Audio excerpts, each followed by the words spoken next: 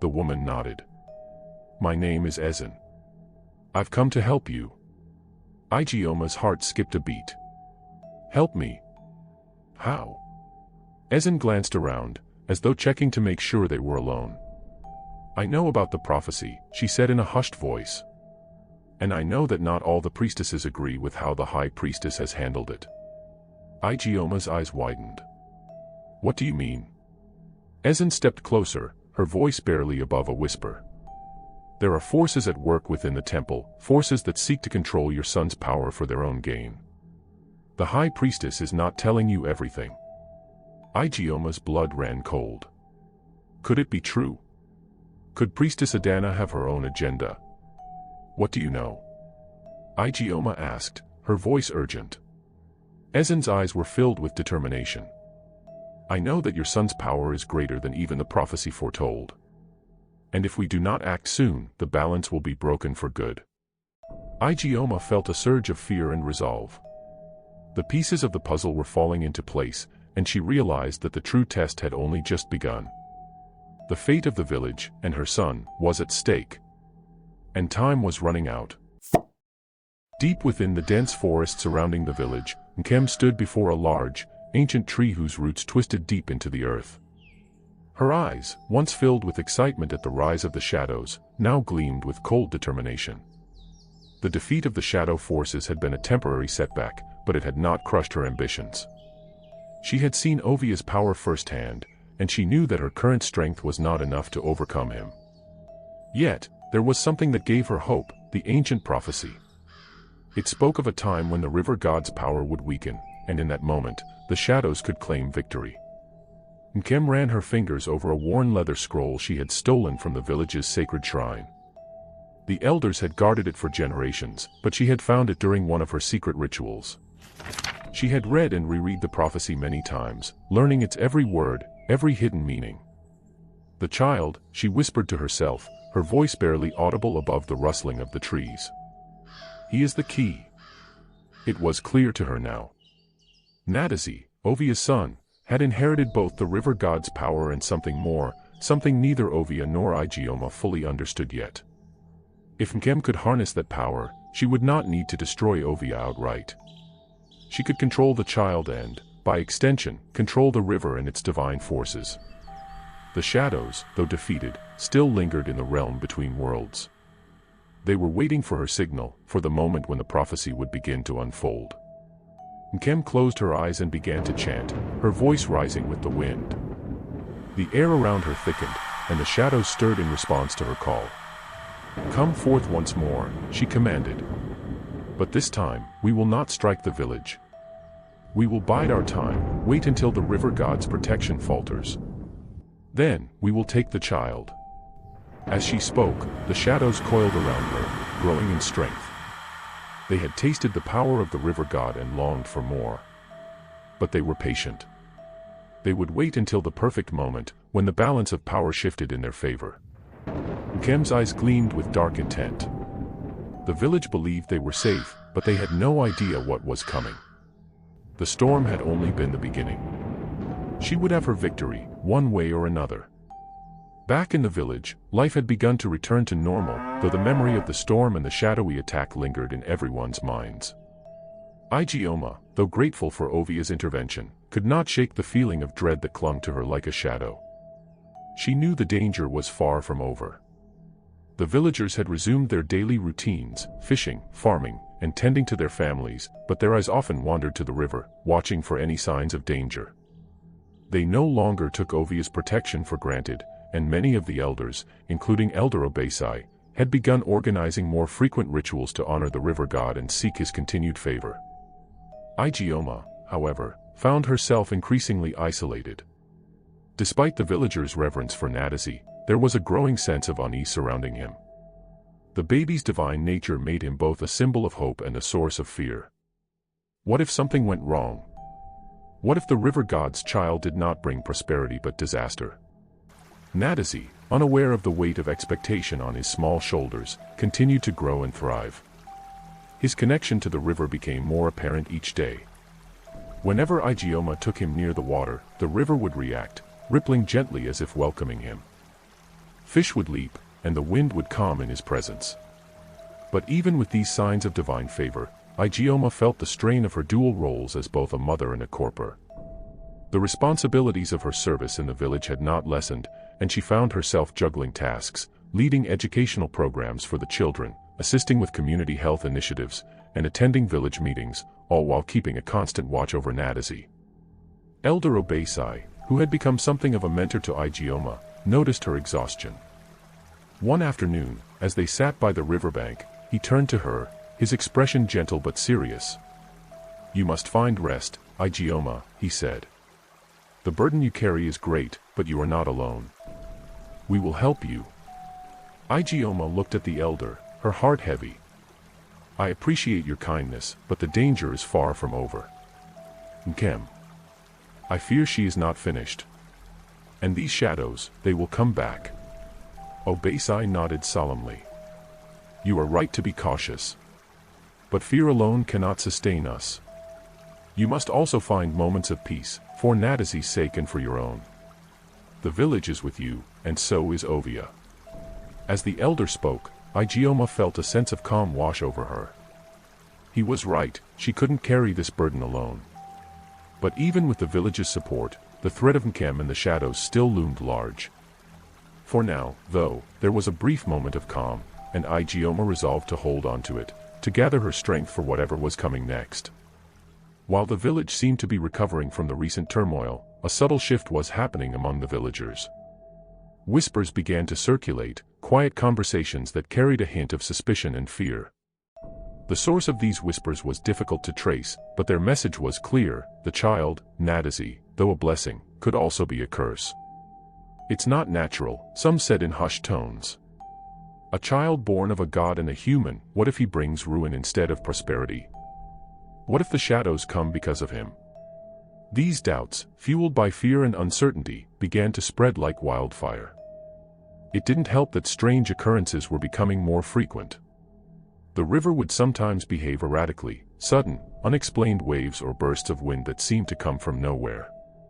Crops that were once thriving now showed signs of withering, despite the village's best efforts. For every blessing that Nadazi seemed to bring, there were growing concerns about the balance of nature being disrupted. Some villagers began to avoid Ijeoma and her child, fearful that being too close to them would bring misfortune. Ijeoma noticed the shift in behavior. Fewer people greeted her when she walked through the village, and even fewer offered to help with her duties. She tried to dismiss it, focusing on her responsibilities, but the whispers reached her ears. "Maybe the child should be sent away," someone muttered during one of the village meetings. Sent away. Ijeoma's heart skipped a beat. The very idea filled her with dread. But she could not deny the growing unease in the village. If this sentiment continued to spread, would the villagers turn against her and her son? Nkem, from the shadows of the forest, watched with satisfaction. The seeds of doubt had been planted, and now they were beginning to take root. All she needed was to fan the flames, and soon enough, the village would be divided. She smiled to herself. The shadow's victory was drawing near. All she needed to do was wait for the perfect moment to strike. As the days passed, the tension in the village became palpable. Ijeoma's once peaceful interactions with the villagers now felt strained. Even the elders, who had always supported her, seemed more distant, their words filled with caution rather than encouragement.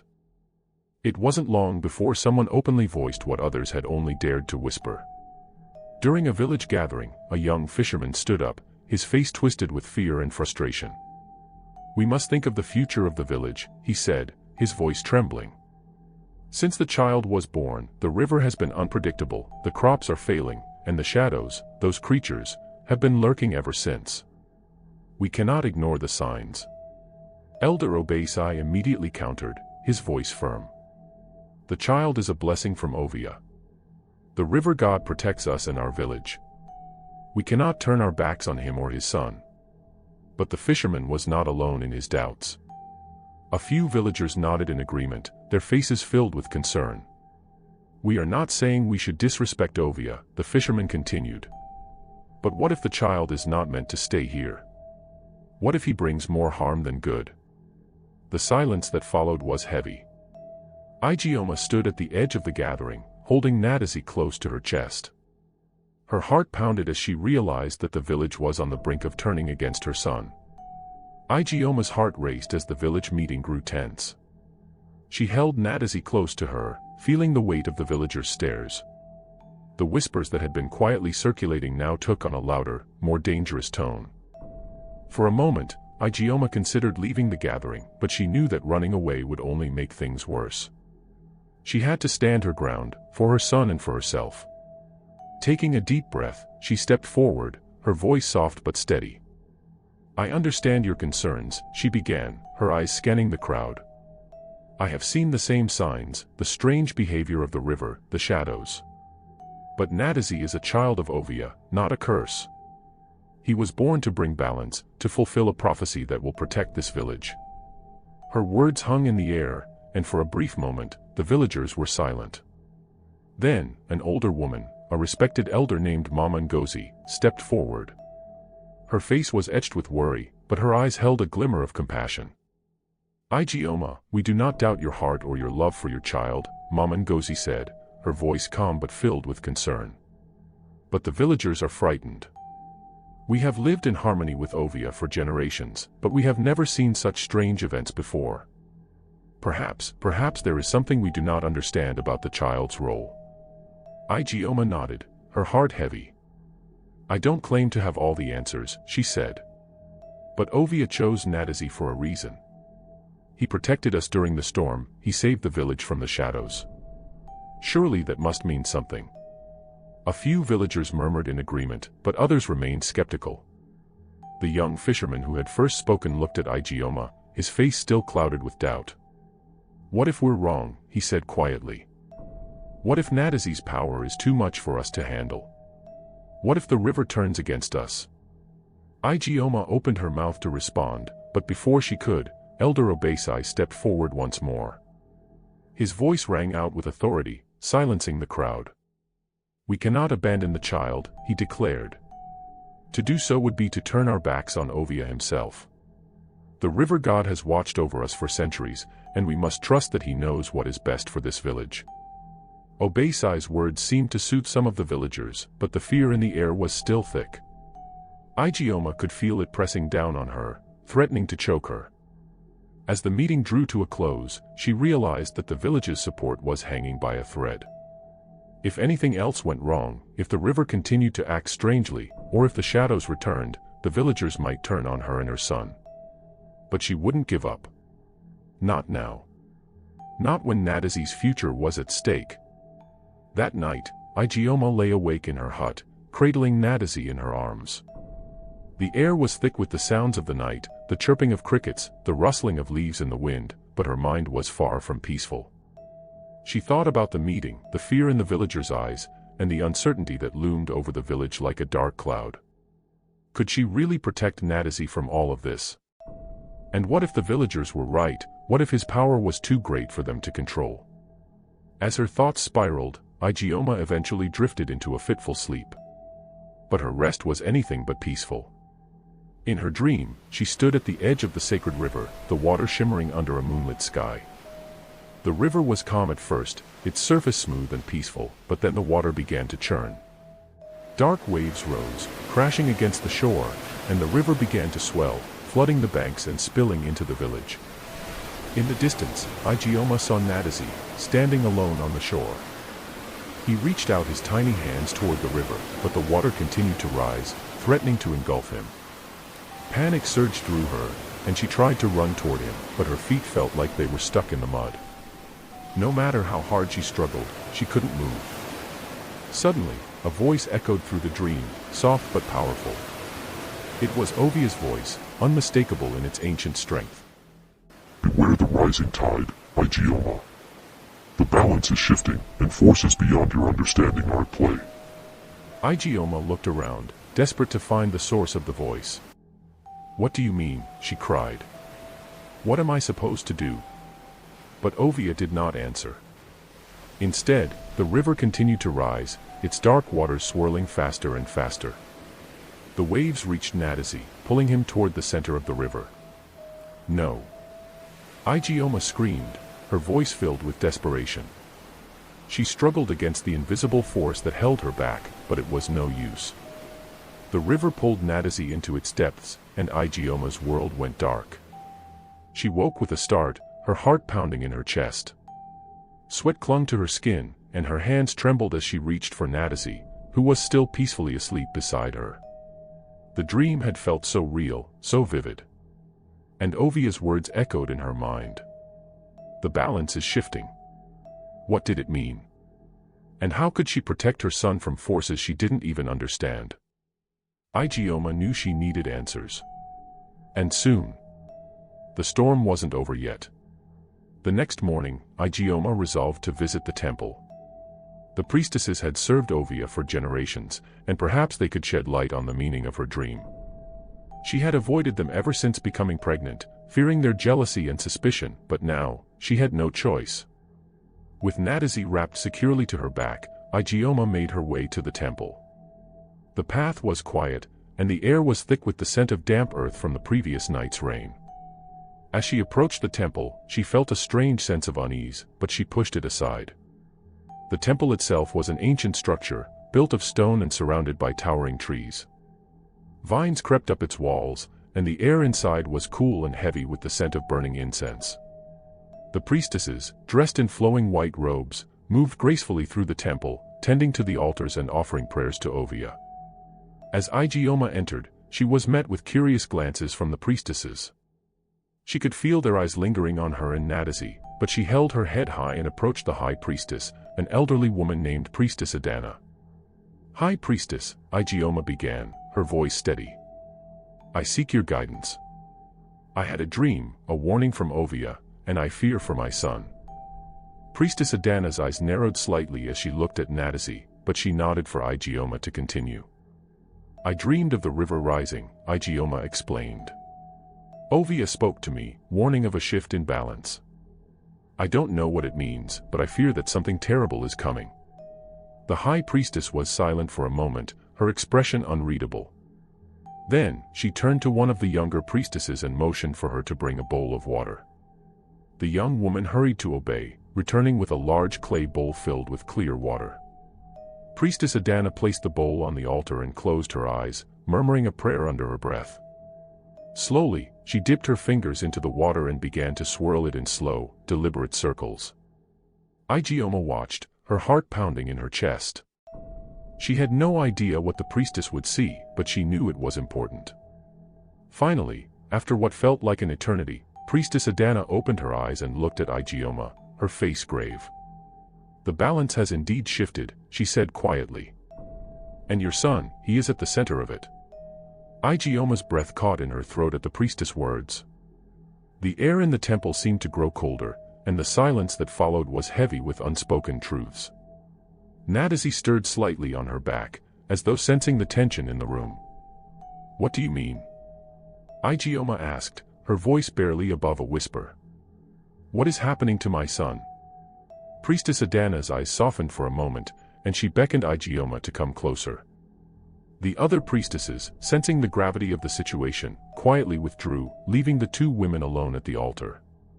"There is much you do not know, child," Priestess Adana said.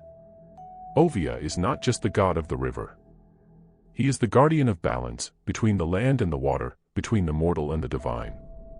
When you conceived your son in the sacred waters, you fulfilled a prophecy that has been hidden for generations." Ijeoma's heart raced.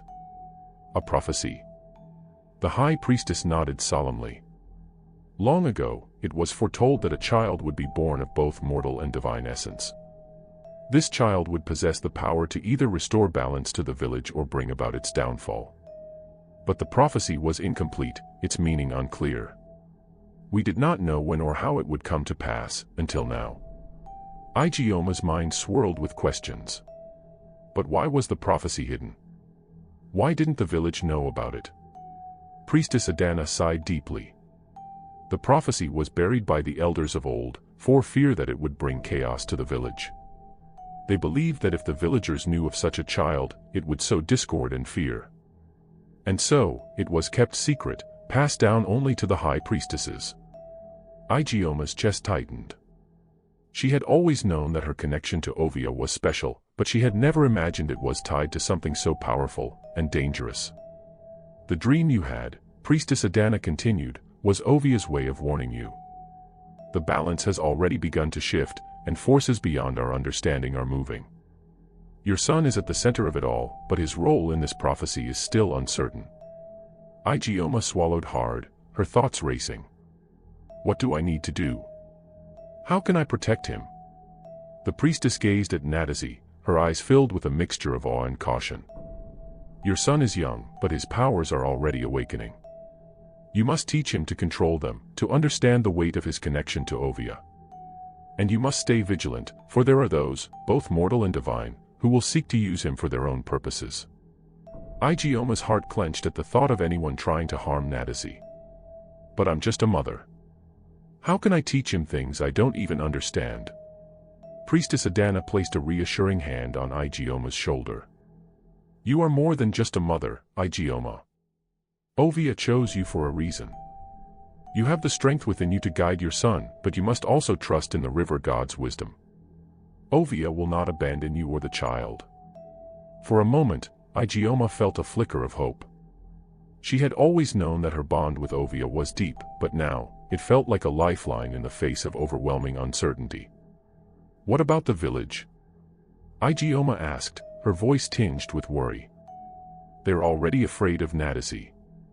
If they find out about the prophecy, they might turn against us. The high priestess nodded slowly. The villagers are frightened, yes, but they also trust Ovia. If you can show them that Nadazi is not a threat, that he can bring peace instead of chaos, they may come to accept him. But it will not be easy. Fear has a way of blinding people to the truth. Ijeoma felt the weight of the priestess' words settle on her shoulders. The path ahead was uncertain, and the stakes were higher than ever. But she knew one thing for certain: she would do whatever it took to protect Nadazi and ensure that the prophecy did not bring harm to the village she had come to care for. The days that followed were tense. The village was on edge, the strange behavior of the river weighing heavily on everyone's minds. Whispers about Nadazi grew louder, and although Elder Obeisai and a few others tried to quell the villagers' fears, the sense of unease only deepened. Ijeoma knew she had to act. The villagers needed to see that Nadazi was not a danger, but a blessing, just as Ovia had intended. She began to take Nadazi with her on her daily rounds as a corper, visiting the fishermen and helping with the school children. She hoped that by showing the villagers that her son was just a child, one who smiled, played, and loved like any other, they would begin to accept him. But it wasn't that simple. Everywhere they went, Ijeoma could feel the villagers' eyes on them. Mothers pulled their children away, and fishermen whispered nervously when they saw Nadazi. Even the children, once friendly and curious, now looked at him with wide, fearful eyes. One afternoon, as Ijeoma walked through the market with Nadazi, a commotion broke out near the riverbank. A group of fishermen had gathered, their faces pale with fear. "It's the river," one of them cried. "The waters are rising again." Ijeoma's heart sank. She rushed to the riverbank, where a crowd had already formed. The river, usually calm and steady, was churning violently. Dark waves lapped at the shore, and the water was creeping higher and higher, threatening to flood the village. Fear rippled through the crowd, and Ijeoma could hear the murmurs growing louder. "It's the boy," someone whispered. "He's angered Ovia." "No." Ijeoma shouted, her voice ringing out over the crowd. "Nadazi has done nothing wrong." But the villagers were not listening. Panic was taking hold, and their fear was quickly turning to blame. Elder Obeisai stepped forward, his face grim. "We must remain calm," he said, raising his hands to quiet the crowd. "Ovia is testing us. We must trust in his wisdom." But the villagers were too afraid. A few of them turned to Ijeoma, their eyes filled with suspicion. "You need to take him away," one woman said, her voice trembling. "The boy is dangerous." Ijeoma's heart pounded in her chest. She could feel Nadazi stirring restlessly on her back, as though sensing the tension around him. She knew she had to act quickly. "Please," she pleaded, turning to Elder Obeisai. "Let me speak with Ovia." I will go to the river and seek his guidance. He will not abandon us. Elder Obasai hesitated, but then nodded slowly. Very well, he said. But be careful, Ijeoma. The river god's mood is unpredictable. With the villagers watching anxiously, Ijeoma stepped toward the river's edge. The water was wild, swirling with dark energy, but she steeled herself and waded in. As the cold water rose around her legs, she closed her eyes and called out to Ovia. Great Ovia, she whispered, her voice trembling. Please, hear me. I am your servant, and this village is your home. Show us the way. Tell us what we must do to restore balance. For a moment, there was only the sound of the rushing water. But then, deep beneath the surface, Ijeoma felt a presence, a familiar, powerful presence. It was Ovia. The test is not over. Ovia's voice echoed in her mind, calm but firm. But the child is not to blame. The village must prove its faith. Ijeoma's heart surged with relief.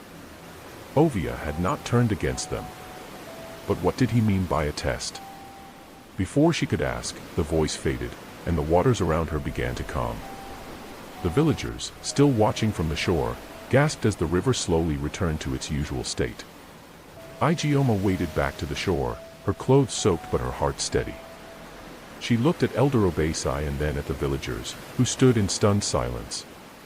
Ovia has spoken, she said. The child is not a curse. But we must prove our faith in the river god. The crowd remained quiet, but Ijeoma could see the doubt and fear still lingering in their eyes. She knew the test was far from over, and the real challenge was just beginning. As the days passed, the river's calm seemed to ease the villagers' fears slightly, but the tension still simmered beneath the surface. Ijeoma kept Nadazi close, never letting him out of her sight.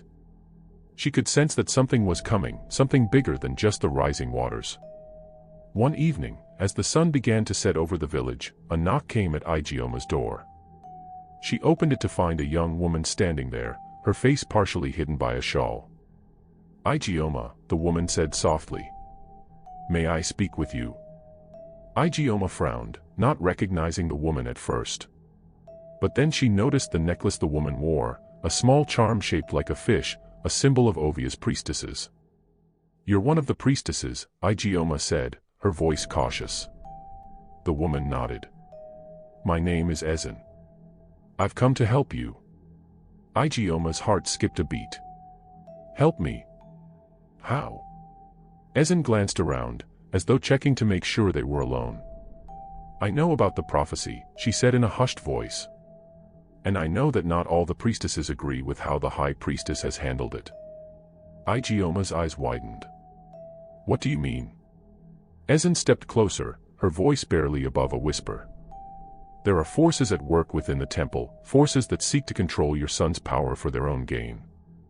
The high priestess is not telling you everything. Ijeoma's blood ran cold. Could it be true? Could Priestess Adana have her own agenda? What do you know? Ijeoma asked, her voice urgent. Ezen's eyes were filled with determination. I know that your son's power is greater than even the prophecy foretold. And if we do not act soon, the balance will be broken for good. Ijeoma felt a surge of fear and resolve. The pieces of the puzzle were falling into place, and she realized that the true test had only just begun. The fate of the village, and her son, was at stake. And time was running out.